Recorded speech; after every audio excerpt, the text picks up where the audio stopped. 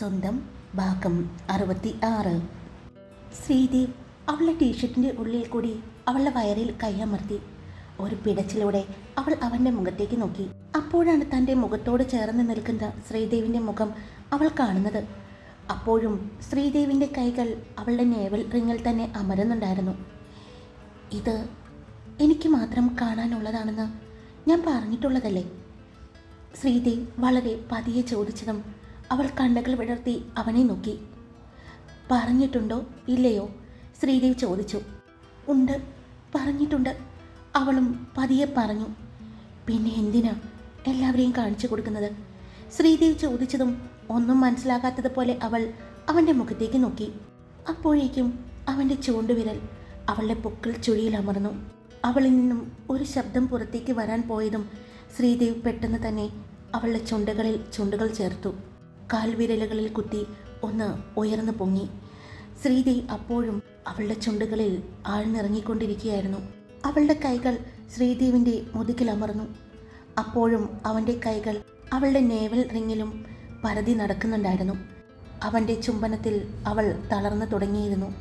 അത് മനസ്സിലായതുപോലെ ശ്രീദേവിൻ്റെ കണ്ണുകളും കൂമ്പിയടഞ്ഞു. പതിയെ അവൻ്റെ നാവ് അവളുടെ പല്ലുകൾക്കിടയിലൂടെ ഉള്ളിലേക്ക് കയറി. അവളുടെ നാവിൽ തൊട്ടതും പെട്ടെന്ന് അവൾ ഷോക്കടിച്ചതുപോലെ കണ്ണു തുറന്നു. ആ നിമിഷം ശ്രീദേവും കണ്ണു തുറന്നു. രണ്ടുപേരുടെയും കണ്ണുകൾ തമ്മിൽ പരസ്പരം ഇടഞ്ഞു. അതുപോലെ തന്നെ രണ്ടുപേരുടെയും നാവുകളും. അവൻ അവളുടെ നാവിനെ പതിയെ കടിച്ചെടുത്തു. അവളിൽ നിന്നും ഒരു ശബ്ദം പുറത്തേക്ക് വന്നു. ചേച്ചി, ആ ലൈറ്റൊക്കെ കെടുത്തേക്ക്, ആ വാതിലടിച്ചിട്ട് പോരുട്ടോ എന്ന് ശ്രീദേവിൻ്റെ അമ്മ പറയുന്നത് കേട്ടാണ് ദക്ഷ ഞെട്ടലോടെ അവനെ തള്ളി മാറ്റി. അവളുടെ തള്ളലിൽ ഒന്ന് പുറത്തേക്ക് പോയ ശ്രീദേവ് നോക്കുമ്പോൾ കിതപ്പോടെ നിൽക്കുന്ന ദക്ഷയെ കണ്ടു. ശ്വാസം ആഞ്ഞു വലിച്ചുകൊണ്ടിരിക്കുകയാണ് അവൾ. നെഞ്ചിൽ കൈവച്ച് പിടിച്ചിട്ടുണ്ട്. ഹൃദയമിടിപ്പ് പോലും അവളുടെ കേൾക്കാൻ തനിക്ക് പറ്റുന്നുണ്ടെന്ന് ശ്രീദേവിന് തോന്നി. അവൻ വീണ്ടും അവളുടെ അടുത്തേക്ക് വന്നു. അവൻ്റെ സാമീപ്യം അറിഞ്ഞതുപോലെ അവൾ കണ്ണുകൾ തുറന്ന് അവനെ നോക്കി. വേണ്ട, വാതിലടച്ച എങ്ങനെയാ നമ്മൾ അകത്തേക്ക് കയറുക? അവൾ ചോദിച്ചു. അവനൊരു പുഞ്ചിരിയോടെ അവളുടെ അടുത്തേക്ക് വന്നു. ഞാനുള്ളപ്പോൾ നീ എന്തിനാ പേടിക്കുന്നത്? ഞാൻ നിന്നെ സേഫാക്കില്ലേ? അല്ലെങ്കിൽ എന്നാ നമുക്ക് രണ്ടുപേർക്കും ഈ രാത്രി, ഈ നിലാവുള്ള രാത്രി ഇവിടെ തന്നെ കൂടാം, പുറത്ത്. നിനക്ക് ഞാനൊരു സ്ഥലം കാണിച്ചു തരാം. ഇന്ന് നമുക്ക് അവിടെ കൂടിയാലോ? ശ്രീദേവ് ചോദിച്ചതും അവൾ മനസ്സിലാവാത്തതുപോലെ അവനെ നോക്കി. കാണണോ നിനക്ക്? കാണണമെന്ന് പറഞ്ഞാൽ ഇപ്പോൾ നമ്മൾ അങ്ങോട്ട് പോകും, ശ്രീദേവ് പറഞ്ഞു. എവിടെ? അവൾ ചോദിച്ചു. പറ, നിനക്ക് കാണണോ വേണ്ടയോ? രാത്രി കാണാനാ ഭംഗി, പകൽ ചെന്നാൽ ഇത്രയും ഭംഗി ഉണ്ടാവില്ല. അതുകൊണ്ട് കാണണം എന്നുണ്ടെങ്കിൽ ഇപ്പം പറഞ്ഞോ, ശ്രീദേവ് വീണ്ടും പറഞ്ഞു. പക്ഷേ എന്നെ കാണാതായ അവരന്വേഷിക്കില്ലേ? അവൾ ചോദിച്ചു. അതും ശരിയാണ്, പക്ഷേ ഇന്ന് കണ്ടില്ലെങ്കിൽ ഞാൻ കാണിക്കാതെ തന്നെ നീ അടുത്ത ദിവസം അത് കാണും. അപ്പോൾ ഞാൻ പറഞ്ഞ അത്ര ത്രില്ല് നിനക്കുണ്ടാകില്ല.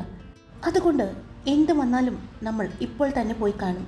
നീ വരാൻ റെഡിയാണോ എന്ന് പറ, ശ്രീദേവ് ചോദിച്ചു. ഞാൻ റെഡിയാണ്, അവൾ പറഞ്ഞു. അപ്പോൾ എന്നെ വിശ്വാസമാണോ ഈ രാത്രി എൻ്റെ കൂടെ വരാൻ? അവൻ വീണ്ടും ചോദിച്ചു. വിശ്വാസമാണ്, അവൾ പറഞ്ഞു.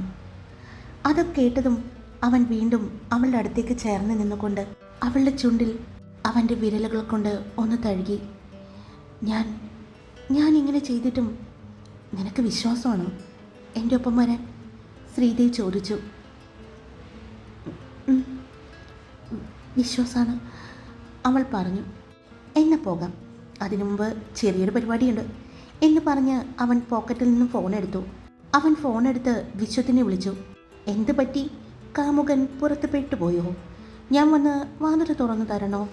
വിശ്വം കളിയാക്കലോട് ചോദിച്ചതും വേണ്ട, നീ വാതിലൊന്നും തുറന്നു തരണ്ട. പകരം എൻ്റെ പെണ്ണ് ഇന്ന് എൻ്റെ കൂടെ ഉണ്ടാകും. അതെങ്ങനെയെങ്കിലും ഡീൽ ചെയ്താൽ മതി. ആരോട്? വിശ്വം ചോദിച്ചു. വേറെ ആരോട്? ആ മുറിയിലിരിക്കുന്ന എൻ്റെ അനിയത്തിയില്ലേ, അവളോടും പിന്നെ നിങ്ങളുടെ കാമുക്കിമാരോടും. കേട്ടോ? അപ്പോൾ പറഞ്ഞത് മറക്കണ്ട, അവളിന്ന് എൻ്റെ ഒപ്പമാണ്. ഞങ്ങൾ പുറത്താണ്, അന്വേഷിച്ച് വരണ്ട.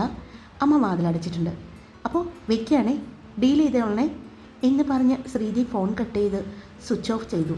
ശ്രീദേവ് ഫോൺ കട്ട് ചെയ്ത് അറിഞ്ഞതും വിശ്വം വീണ്ടും അവൻ്റെ ഫോണിലേക്ക് വിളിച്ചു നോക്കി. സ്വിച്ച് ഓഫ് എന്ന് കേട്ടതും അവൻ വെപ്രാളത്തോടെ നടക്കാൻ തുടങ്ങി. എന്തു പറ്റിയടാ? അവൻ്റെ അടുത്തുണ്ടായിരുന്ന റോയ് ചോദിച്ചു. അവൻ ചതിച്ചു. വിശ്വം പറഞ്ഞതും ആര് എന്ന് ചോദിച്ചുകൊണ്ട് റോയ് ചാടി എഴുന്നേറ്റു. വേറെ ആര്? നമ്മുടെ നടനില്ലേ, ശ്രീദേവ്. അവനെന്ത് ചെയ്തു? ദേഷ്യത്തോടെ വിശ്വം പറയുന്നത് കേട്ടതും അവൻ എന്താ ചെയ്തേനോ? നമ്മളെ എല്ലാവരെയും കൂട്ടത്തോടെ പെടുത്തിക്കളഞ്ഞടാ. വിശ്വം പറയുന്നത് കേട്ടതും നീ മനുഷ്യന് മനസ്സിലാവുന്ന ഭാഷയിൽ പറ. അവൻ്റെ പെണ്ണിനെയും കൊണ്ട് മുങ്ങിയെന്ന്. എവിടേക്ക്? എപ്പോ? എങ്ങനെ? എന്നെല്ലാം ശങ്കർ ചാടി എഴുന്നേറ്റ് ചോദിക്കുന്നത് കണ്ടതും ദേ, നീ ഇപ്പോൾ എന്നോട് ക്വസ്റ്റ്യൻ ചോദിക്കാൻ നിൽക്കാണോ? അല്ലടാ, അവനെന്താ പറഞ്ഞത്? റോയ് വിശ്വത്തിൻ്റെ അടുത്ത് വന്ന് ചോദിച്ചു. വിശ്വം ശ്രീദേവ് പറഞ്ഞ കാര്യങ്ങൾ പറഞ്ഞു. ഈശ്വര, അവൻ ഇതിലും വേദം ഈ വീടിനെ തീയിട്ടാൽ പോരായിരുന്നോ? അവളുമാരോട് എന്ത് പറയാനാണ്? ഞാനില്ല, ഞാൻ എങ്ങോട്ടെങ്കിലും പോവാണ് എന്ന് പറഞ്ഞുകൊണ്ട് റോയ് റൂമിന് പുറത്തേക്ക് പോകാൻ പോയതും ചെന്ന് ചാടിക്കൊടുക്ക്, അവൾമാർ അവിടെ തന്നെ ഉണ്ടാകും. ദക്ഷയെ നോക്കിക്കൊണ്ട് ചെന്ന് ചാടിക്കൊടുക്ക്, അപ്പോൾ നീ തന്നെ മറുപടി പറഞ്ഞു. ശങ്കർ പറഞ്ഞതും പുറത്തേക്ക് പോകാൻ പോയ റോയ് തിരിച്ച് ബെഡിൽ തന്നെ വന്നിരുന്നു. ഈശ്വര, എനിക്ക് വയ്യ, ഇനിയിപ്പോൾ എന്താ ചെയ്യുക എന്നെല്ലാം ചോദിച്ചുകൊണ്ട് വിശ്വം നഖം കടിക്കുന്നുണ്ട്. എനിക്കറിയാൻ പാടില്ല, നീ അവനൊന്നുകൂടി വിളിച്ചു നോക്കിയേ, റോയ് പറഞ്ഞു. അവൻ ഫോൺ സ്വിച്ച് ഓഫ് ചെയ്തു. അപ്പോൾ ഇനി പറഞ്ഞിട്ട് കാര്യമില്ല, ഇനിയിപ്പോൾ ആലോചിക്കേ, എന്താ ചെയ്യാം എന്ന് പറഞ്ഞ് അവർ 3 പേരും ആലോചിക്കാൻ തുടങ്ങി. ഇതേ സമയം ശ്രീദേവ് ദക്ഷയുടെ കൈ പിടിച്ചുകൊണ്ട് പറമ്പിലേക്ക് നടക്കുകയാണ്. ഇതെങ്ങോട്ടേക്ക് പോകുന്നേ? അവൾ ചോദിക്കുന്നുണ്ട്. പേടിയുണ്ടോ? ഇല്ല, എന്നാലും ഇപ്പോൾ അവൾ ചുറ്റും നോക്കുന്നുണ്ട്. ഇരുട്ടിനെ പേടിയാണോ? ശ്രീദേവ് ചോദിച്ചു. ഇല്ല, എന്നാലും പരിചയമില്ലാത്ത സ്ഥലമല്ലേ, അതാ അവൾ പറഞ്ഞു. ഇവിടെ അങ്ങനെ പേടിക്കാൻ മാത്രം ഒന്നുമില്ല കേട്ടോ, വാ എൻ്റെ ഒപ്പം ചേർന്ന് നടന്നു. അവളുടെ കൈ പിടിച്ചുകൊണ്ട് നടന്ന ശ്രീദേവ് അവളുടെ കയ്യിൽ നിന്നുള്ള പിടി വിട്ടുകൊണ്ട് അവളുടെ തോളിലൂടെ കൈയിട്ട് അവളെ ചേർത്ത് നടത്തി. അവർ രാവിലെ കണ്ട ആ ചെറിയ കനാലിൻ്റെ സൈഡിൽ കൂടിയാണ് പോകുന്നത്. ശ്രീദേവ് വളരെ ശ്രദ്ധയോടെയാണ് നടക്കുന്നത്. അവൻ അവളെ കൊണ്ട് കുറച്ച് ദൂരം പോയതും ഇരുട്ട് കൂടി തുടങ്ങുന്നത് പോലെ അവൾക്ക് തോന്നി. ഇവിടെ ഇരുട്ടാണല്ലോ, അവൾ പറഞ്ഞു. അത് ഇനി അങ്ങോട്ട് കശമാവൻ തോട്ടമൊക്കെയാണ്, പിന്നെ കാണിച്ചു തരാം, വാ എന്ന് പറഞ്ഞ് അവർ അതിനുള്ളിൽ കൂടി തന്നെ നടന്നു. കുറച്ച് കഴിഞ്ഞതും ശ്രീദേവ് നിന്നു. അവൻ നിന്നതും അവൾ അവൻ്റെ മുഖത്തേക്ക് നോക്കി. കാണിച്ചു തരട്ടെ, സർപ്രൈസ്, അവൻ ചോദിച്ചതും അവൾ എന്ന് പറഞ്ഞു. എന്നാ അങ്ങോട്ട് നോക്ക് എന്ന് പറഞ്ഞുകൊണ്ട് ശ്രീദേവ് കൈ ചൂണ്ടിക്കാണിച്ചു. കൈ ചൂണ്ടിക്കാണിച്ച ഭാഗത്തേക്ക് നോക്കിയ ദക്ഷ ഒരു മരത്തിന് മുകളിൽ മഞ്ഞപ്രകാശം കണ്ടു. അവൾ അത്ഭുതത്തോടെ ശ്രീദേവിനെ നോക്കി. അതെന്താ? അവൾ ചോദിച്ചു. അതോ, അടുത്ത് ചെന്ന് കാണാം എന്ന് പറഞ്ഞുകൊണ്ട് ശ്രീദേവ് അവളുടെ തോളിലൂടെ തന്നെ കൈയിട്ടുകൊണ്ട് നടന്നു. കുറച്ചുകൂടി മുന്നോട്ട് പോയതും അവൾ അത് അടുത്തെത്തി എന്ന് മനസ്സിലായി. ഇത് ഒരു ട്രീ ഹട്ടാണ്, ഇതുണ്ടാക്കിയത് ഞാനാണ്. എന്നുവെച്ച് ഞാൻ സ്വന്തമായി ഉണ്ടാക്കിയെന്നല്ല കേട്ടോ, ഞാൻ പറഞ്ഞ് ചെയ്യിച്ചതാണ് കുറേ നാളുകൾക്ക് മുമ്പ്. അത് ഞാൻ ഷൂട്ടിങ്ങിനായിട്ട് ഒരു സ്ഥലത്ത് പോയപ്പോൾ കണ്ടതാണ്. കണ്ടപ്പോൾ ഒത്തിരി ഇഷ്ടം തോന്നി. സാധാരണ ട്രീ ഹട്ടിൽ നിന്നും വളരെ വ്യത്യസ്തമായി ആ മരത്തിൻ്റെ ഉള്ളിലാണ് ട്രീ ഹട്ട്. സാധാരണ പുറമേ നിന്ന് നോക്കുമ്പോൾ ആ ട്രീ ഹട്ട് കാണാൻ പറ്റും. ഇത് കണ്ടോ, ആ പ്രകാശം മാത്രമല്ലേ കാണാൻ പറ്റുന്നുള്ളൂ. അത് ഒരു 6 മണി 6:30 ആകുമ്പോൾ ഇവിടെ നിൽക്കുന്ന ജോലിക്കാരൻ ചേട്ടനെ കണ്ടിട്ടില്ലേ, ആ ചേട്ടൻ പോയി ആ ലൈറ്റ് ഇടും. അങ്ങനെയാ ആ വെട്ടം വന്നത്. അതെന്നും അങ്ങനെ ഉണ്ടാകും. അതുകൊണ്ട് എന്തൊക്കെയോ ഗുണങ്ങളുണ്ടെന്നൊക്കെ മുത്തശ്ശനും ആ ചേട്ടനൊക്കെ പറയുന്നത് കേട്ടിട്ടുണ്ട്. പക്ഷേ ഞാൻ വന്നു കഴിഞ്ഞാൽ, വല്ലപ്പോഴേ ഇങ്ങോട്ട് വരാറുള്ളൂ, വന്നു കഴിഞ്ഞാൽ എൻ്റെ സ്ഥലം അവിടെയായിരിക്കും. അത് മറ്റാർക്കും അറിയില്ല, മുത്തശ്ശനും മുത്തശ്ശിക്കും മാത്രം അറിയുന്ന എൻ്റെ ഒളിസങ്കേതമാണത്, ശ്രീദേവ് പറഞ്ഞു. പക്ഷേ ഇപ്പോൾ ഹൈദരാബാദിൽ നിന്നും കുറ്റിയും പറിച്ച് വന്നു എന്ന് നേരത്തെ അവർ പറഞ്ഞില്ലേ, അവരൊക്കെ വന്നിരിക്കുന്ന കാരണം മിക്കവാറും ഈ സ്ഥലം കണ്ടുപിടിക്കാൻ സാധ്യതയുണ്ട്. അത് മാത്രമാണ്, എൻ്റെ അനിയത്തിയില്ലേ, ആ കുരുട്ട് ഇത് കണ്ടുവച്ചിട്ടുണ്ട്. അതുകൊണ്ട് ഉറപ്പായിട്ടും നിങ്ങളെ കാണിക്കും. അതിനു മുമ്പ് എനിക്ക് കാണിക്കണം തോന്നി, അതുകൊണ്ടാണ് ഞാൻ വിളിച്ചുകൊണ്ടുവന്നത്. നമുക്കൊന്ന് കയറി നോക്കിയാലോ? ശ്രീദേവ് ചോദിച്ചതും അവൾ ശരിയെന്ന് പറഞ്ഞ് തലയണക്കി. അപ്പോൾ ആ മരം, അതും സർപ്രൈസാണ്, വാ കാണിച്ചു തരാം എന്ന് പറഞ്ഞുകൊണ്ട് ശ്രീദേവ് അതിനടുത്തേക്ക് നടന്നു. അതിനടുത്ത് ചെന്നതും അവൻ നിറയെ വേരുകൾ പോലെ തോന്നിക്കുന്ന ഒരു ഭാഗത്ത് ചെന്നു. അവിടെ ചെന്ന് അതിൻ്റെ ഒരു കൊളുത്ത് മാറ്റിയതും അത് ഒരു ഡോറാണെന്ന് അവൾക്ക് മനസ്സിലായി. അവൾ അത്ഭുതത്തോടെയാണ് അത് നോക്കി നിന്നത്. ശ്രീദേവ് സ്വിച്ച് ഓഫ് ചെയ്തിരുന്ന മൊബൈൽ ഫോൺ ഓണാക്കി അതിൻ്റെ ഫ്ലാഷ് ലൈറ്റ് കത്തിച്ചു. ഇത് കണ്ടോ, ഇത് കോൺക്രീറ്റിൽ ഉണ്ടാക്കിയ ഒരു ആർട്ടിഫിഷ്യൽ മരമാണ്. ഇത് വേരുകൾ പോലെ ഉണ്ടാക്കിയിരിക്കുന്നതിൻ്റെ ഉള്ളിലൂടെ ഒരു ഡോറാണ്. ഇത് കണ്ടോ ഞാൻ തുറന്നത്, ഈ ഡോറിനുള്ളിൽ കൂടി നോക്കിക്കേ എന്ന് പറഞ്ഞ് അവൻ ടോർച്ച് അടിച്ച് കാണിച്ചതും അതിനുള്ളിലൂടെ ഒരു സ്റ്റെപ്പ് കണ്ടോ, ഇതിലൂടെ നമ്മൾ കയറി ചെന്നാൽ മേളിലേക്ക് എത്താം. അതാണ് ആ ലൈറ്റ് കാണുന്ന ഭാഗം. അവിടെയാണ് ട്രീ ഹട്ടുള്ളത്. പിന്നെ ഇതിന് പുറത്ത് കൂടി എന്തൊക്കെയോ വള്ളിച്ചെടികളും പിന്നെ ദേ ആ സൈഡിലായി ആൽമരവും ഉണ്ട്. ആ ആൽമരം കളയാതെ തന്നെ അതിനോട് ചേർന്നാണ് ഞാനിത് പണിതിരിക്കുന്നത്. അതെന്തിനാണെന്നറിയോ? ആൽമരത്തിൻ്റെ ഇലകൾ തണൽ വിരിച്ച് നിൽക്കുന്നത് കാണാൻ നല്ല ഭംഗിയാണ്. അതാണ് ഇങ്ങനെയൊരു ട്രീ ഹട്ട് ഇതിനുള്ളിൽ ഉണ്ട് എന്ന് പോലും തോന്നിക്കാതെ നിറയെ ഇലകൾ നിറച്ച് നിൽക്കുന്നത്. മനസ്സിലായോ? പിന്നെ ഞാൻ പറഞ്ഞില്ലേ, എന്തൊക്കെയോ വള്ളിച്ചെടികളുമുണ്ട്. അതിൻ്റെ ഇലകളും കൊണ്ട് ഇത് ഒരു ആർട്ടിഫിഷ്യൽ മരമാണെന്ന് പെട്ടെന്ന് ആർക്കും മനസ്സിലാവില്ല. അടുത്ത് വന്ന് ഇങ്ങനെയൊക്കെ പറഞ്ഞാലാണ് കുറച്ചുകൂടി മനസ്സിലാകുക. ഞാനിത് ആഫ്രിക്കയിൽ ഒരു ഷൂട്ടിന് വേണ്ടി പോയിരുന്നു. അവിടെ ചെന്നപ്പോൾ അവരിങ്ങനെ ഉണ്ടാക്കിയിരിക്കുന്നത് കണ്ടപ്പോൾ ഒത്തിരി ഇഷ്ടപ്പെട്ടു. ഞാനത് മൊബൈൽ ഫോണിൽ ഷൂട്ട് ചെയ്തു. അങ്ങനെ ഇവിടെ കൊണ്ടുവന്നപ്പോൾ മുത്തച്ഛനെ കാണിച്ചു. മുത്തച്ഛനും ഓക്കെ പറഞ്ഞു. അങ്ങനെ ഇത് പണിയാൻ പറ്റിയ ആളെ തപ്പി കണ്ടുപിടിച്ച് ചെയ്യിച്ചതാണ്. ചെയ്തു വന്നപ്പോൾ സൂപ്പർ എന്ന് പറഞ്ഞാൽ പോരാ. പിന്നെ ഈ ആർട്ടിഫിഷ്യൽ ട്രീക്ക് ചുറ്റും ക്രീപ്പർ പ്ലാന്റുകൾ വെച്ച് പിടിപ്പിച്ചിട്ടുണ്ട്. അതുകൊണ്ട് അതിൽ നിറയെ പൂക്കളുണ്ടായി നിൽക്കുന്നുണ്ട്. അതാ ഞാൻ പറഞ്ഞത്, നിങ്ങൾ ഉറപ്പായിട്ടും ഇത് അടുത്ത ദിവസം തന്നെ, ചിലപ്പോൾ നാളെ രാവിലെ തന്നെ കാണും. അത്രയ്ക്ക് ഭംഗിയാണ് ഇതിൽ ആ ക്രീപ്പർ പ്ലാന്റുകളിലെ പൂക്കൾ കാണാൻ.